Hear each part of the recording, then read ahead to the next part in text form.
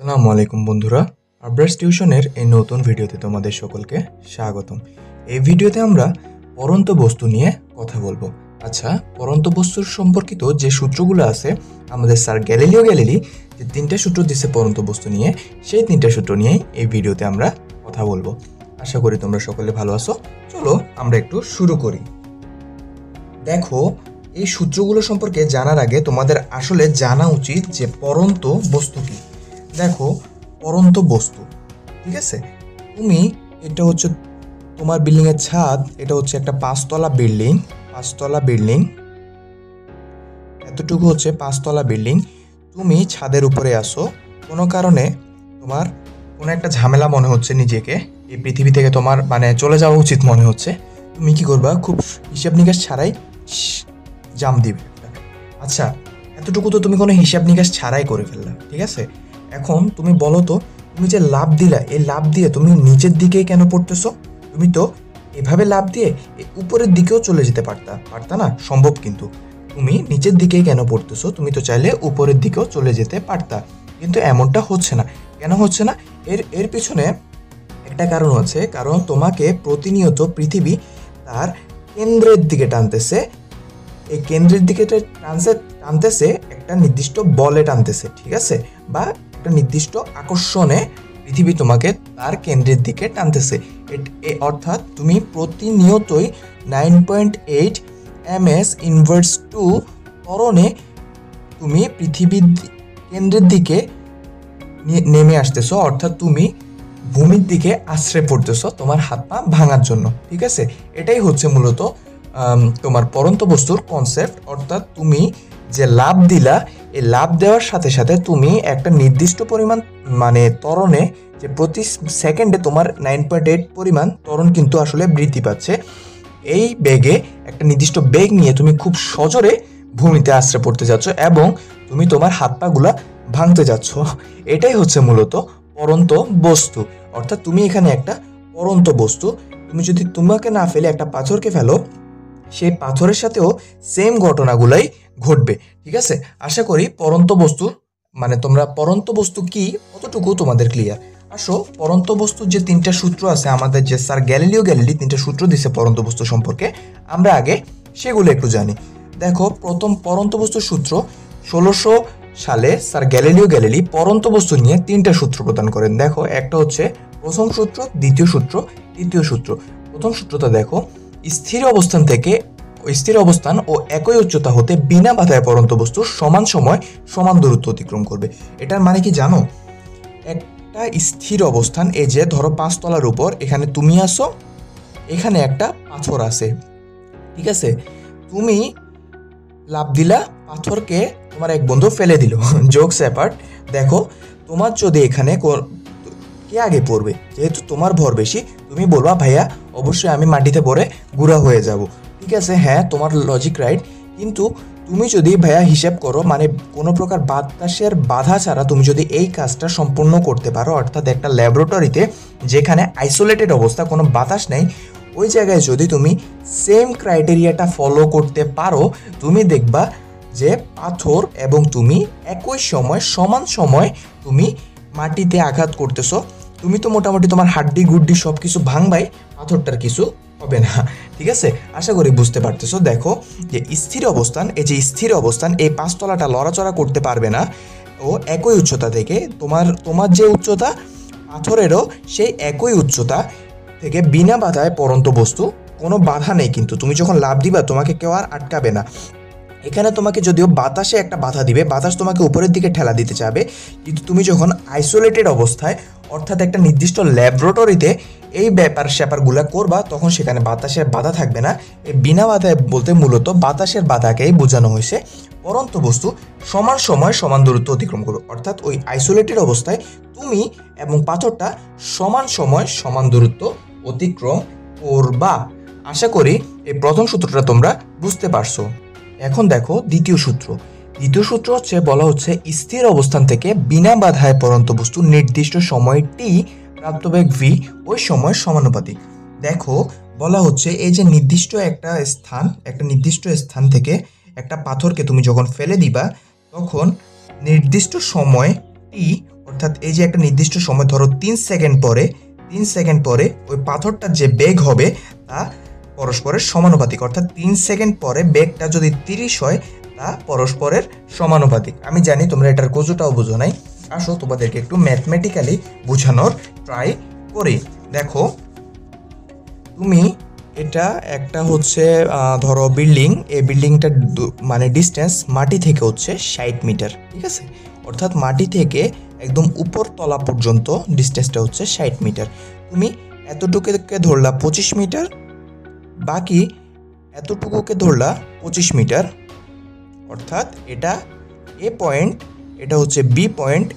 এ পয়েন্টের distance 25 metre, এ থেকে B distance 25 metre, বাকি বি থেকে সি হচ্ছে 10 মিটার, অর্থাৎ এ থেকে বি হচ্ছে 25 মিটার, বি থেকে সি হচ্ছে 25 মিটার, আর বি থেকে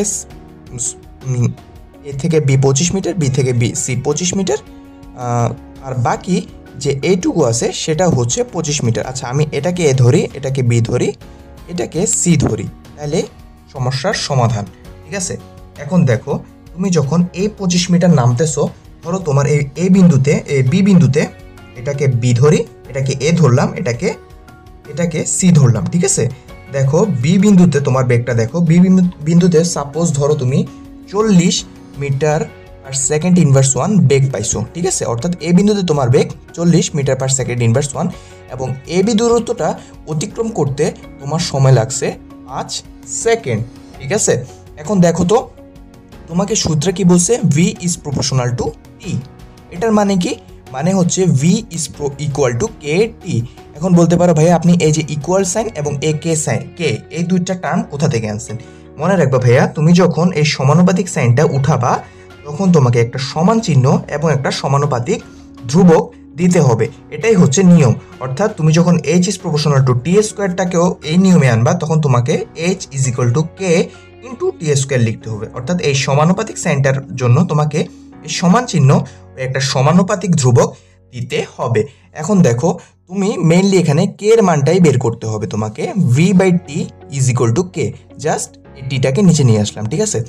এখন তুমি দেখো তুমি প্রথম 25 মিটার দূরত্ব অতিক্রম করার সময় তোমার বেগ হচ্ছে 40 আর তোমার সময় লাগছে 5 সেকেন্ড, তাহলে কে এর মান আসতেছে এখানে 5 8 40 8, ঠিক আছে? এরপরে দেখো তুমি যখন পরবর্তী বিসি দূরত্ব অতিক্রম করতেছো, ঠিক আছে, বিসি দূরত্ব অতিক্রম করতেছো, তখন সি বিন্দুতে তোমার বেগ 120 মিটার পার সেকেন্ড ইনভার্স 1।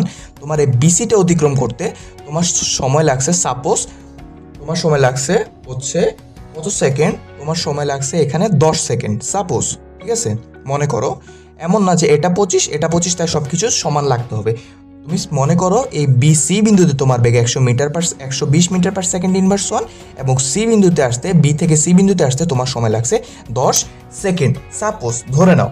এখন দেখো তুমি যদি ভি বাই টি ফর্মুলাতে আবার বসাও, তোমার ভি এ দেখো বি থেকে সিতে আসতে তোমার বেগের পরিবর্তন হয়েছে 120, তোমার বিতে বেগ ছিল 40 আর সিতে বেগ ছিল 120, তাহলে তোমার পরিবর্তন হচ্ছে 120 বিয়োগ 40। দেখো টি সময়টা হচ্ছে তোমার এদিকে 10 সেকেন্ড, এটার কিন্তু পরিবর্তন নাই, আমি বলেই দিছি বি থেকে সিতে আসতে তোমার সময় লাগছে 10 সেকেন্ড। 10 ইজিক্যাল টু কে, উপরে আসতেছে 80, নিচে আসতেছে 10 ইজিক্যাল টু কে, অর্থাৎ তোমার প্রতি ক্ষেত্রে মানটা 8ই আসতেছে, অর্থাৎ প্রতি ক্ষেত্রে অনুপাতটা সমান থাকতেছে। এটাই হচ্ছে মানে গ্যালিলিও স্যার বলতে চাইছে যে তুমি যাই করো বাপধন, যে প্রতি ক্ষেত্রে তোমার ভি আর টি প্রপোর্শনাল থাকবে, অর্থাৎ এই অনুপাতটা প্রতি ক্ষেত্রেই সমান থাকবে। এই গেল দ্বিতীয় সূত্র। আসো তৃতীয় সূত্রে দেখি আমরা। দেখো লেখা আছে, স্থির অবস্থান থেকে বিনা বাধায় পড়ন্ত বস্তু নির্দিষ্ট সময় যে দূরত্ব এইচ অতিক্রম করে তা ওই সময় টি বর্গের সমানুপাতিক, H is proportional to T square. এটা জাস্ট কিছু না, তুমি সমানুপাতিক সাইন দেখে বলতে পারবা যে স্থির অবস্থা থেকে বিনা বাধায় পড়ন্ত বস্তু যে দূরত্ব অতিক্রম করে তা হচ্ছে এইচ, এবং ওই অতিক্রম করতে যে সময়টা লাগে তা হচ্ছে টি।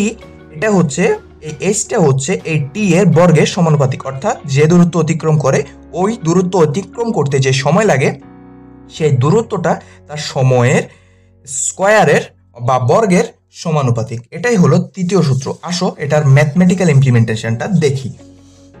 আবারও একই সিস্টেম, একই কাহিনী। এটা হচ্ছে একটা বিল্ডিং, এটা হচ্ছে 60 মিটার, এটা হচ্ছে 60 মিটার। তুমি এতটুকু আসছো, এটা হচ্ছে এ পয়েন্ট, এটা হচ্ছে বি পয়েন্ট, এটা হচ্ছে সি পয়েন্ট। বরাবরের মতো এটা আবারও 25, এটা আবারও 25, আর এটা 10। সি ডিটা হচ্ছে 10, ঠিক আছে? ধরে নাও, ধরে নিতে তো আর কোনো সমস্যা নেই, ঠিক আছে? এখন দেখো এই 25 মানে এই 25 মিটার আসতে তার সময় লাগছে 5 সেকেন্ড, ঠিক আছে? এখন গ্যালিলিও থার্ড লটা হচ্ছে H is proportional to T square, ঠিক আছে? তুমি যখন এটাকে ভাঙায় লিখবা তখন হবে H is equal to K T square. কেন? এই সমানুপাতিক সাইনটা তুলতে তোমাকে একটা সমান চিহ্ন এবং একটা সমানুপাতিক ধ্রুবক দিতে হবে। বাস্তবে তুমি এই সূত্র থেকে এই সমানুপাতিক ধ্রুবকটারই কিন্তু মানটা নির্ণয় করবা, না এইচ এর মান নির্ণয় করবা না টি এর মান নির্ণয় করবা। তুমি এখান থেকে শুধু সমানুপাতিক ধ্রুবকটার মান নির্ণয় করবা। তাহলে দেখো H by T square is equal to K, ঠিক আছে? এখন দেখো তোমার এখানে এইচ এর মান কত? তুমি 25 মিটার আসছো, তোমার এইচ এখানে 25, আর সময়টা হচ্ছে 5 সেকেন্ড। তোমাকে এখানে বলছে টি সময়ের স্কোয়ার, তার মানে 5 স্কোয়ার ইজ ইকুয়াল টু কে। তাহলে 25 ডিভাইডেড বাই 25, কে এর মান আসতেছে 1, ঠিক আছে? এই অর্থাৎ এই সময় দূরত্ব এবং সময়ের স্কোয়ারের অনুপাত আসতেছে 1। তুমি যখন আবারও এই 25 মিটার নামবা, তুমি যখন আবারও এই 25 মিটার নামবা, তোমার কাছে এই টাইমটা যেহেতু মানে তুমি যেহেতু 25 মিটারই নামতেছো, হইতে পারে সাপোজ তোমার টাইমটাও সেমই থাকতেছে, অর্থাৎ এই 25 মিটার নামতেও তোমার টাইমটা সেমই থাকতেছে, অর্থাৎ এতটুকু আসতেও তোমার টাইমটা সেম থাকতেছে। তার মানে তুমি আবার যদি এইচ বাই টি স্কোয়ারটা করো, তাহলে তোমার মানটা আবার 25 বাই 5 স্কোয়ার বা কে এর মানটা আবারও 1ই আসতেছে, অর্থাৎ প্রতি ক্ষেত্রেই অনুপাতটা একই আসতেছে।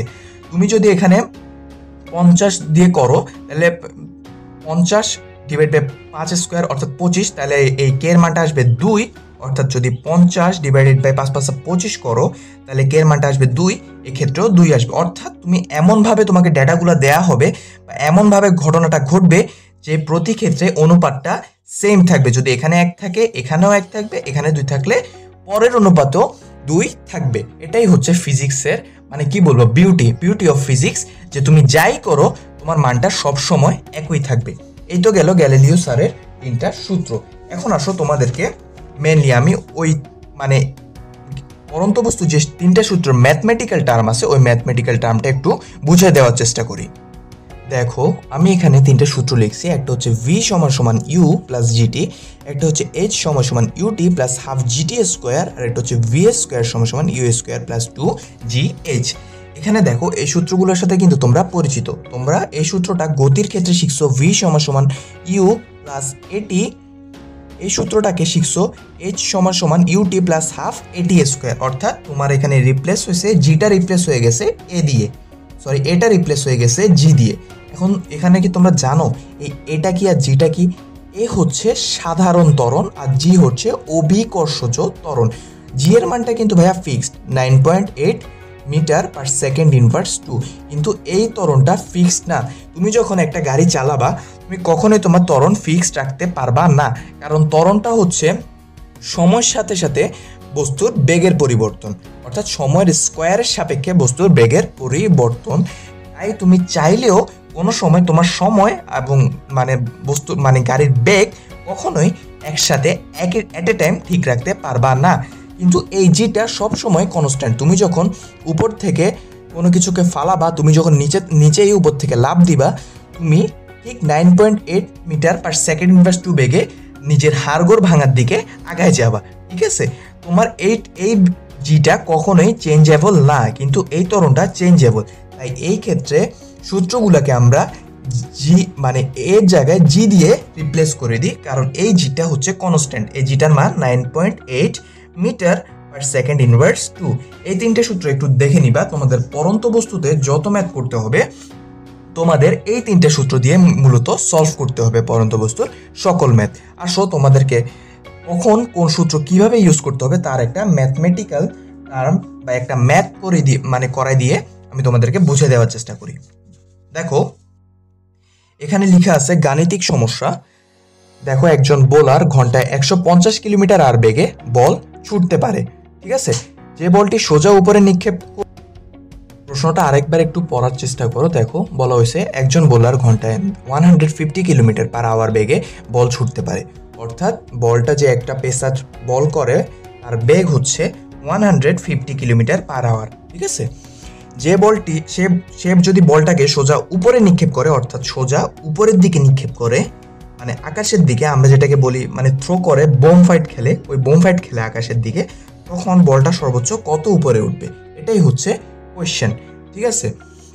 এখন তুমি চিন্তা করো, ফিজিক্সের ম্যাথগুলো করার সময় আমি তোমাদেরকে আগে বলে রাখছি যে একটা এভাবে দাগ দিয়ে প্রথমে তুমি তোমার ডেটাগুলো লিখে রাখবে কি কি দেওয়া আছে। দেখো একজন বোলার ঘন্টায় 150 কিলোমিটার আর বেগে বল ছুটতে পারে, অর্থাৎ এটা একটা বেগ দেওয়া আছে। এখন তোমার প্রশ্ন হবে ভাইয়া এই বেগটা কি আদি বেগ না শেষ বেগ?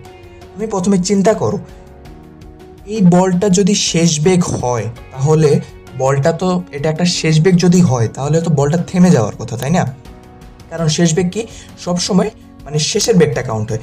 এই বেগটা যদি নাই থাকতো তাহলে তো বলটা উপরের দিকে উঠার সাহসই করতো না। অর্থাৎ একটা স্থির বল কি কখনো এভাবে সোজা উপরে ওঠার ট্রাই করবে, বা এটা কি কখনো সম্ভব? অর্থাৎ একটা স্থির বল কি সোজা কখনো এভাবে উপরে উঠতে পারে না, সেটা কখনোই সম্ভব না। তাই এটা ভাইয়া আদি বেগ, অর্থাৎ এটা হচ্ছে ইউ, ঠিক আছে। তুমি লিখে নিবা ইউ সমান 150 kilometre per hour.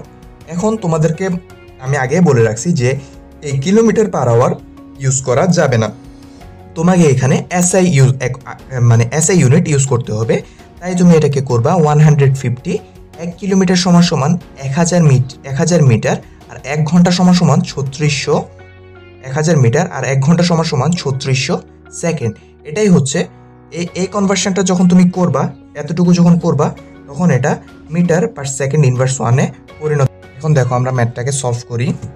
150 into 1000 divided by 3600, এটা আসতেছে 41.67, অর্থাৎ 41.67 মিটার পার সেকেন্ড ইনভার্স 1। এটা হচ্ছে তোমার আদি বেগ, ঠিক আছে। এখন বলো তো আর কি দেওয়া আছে?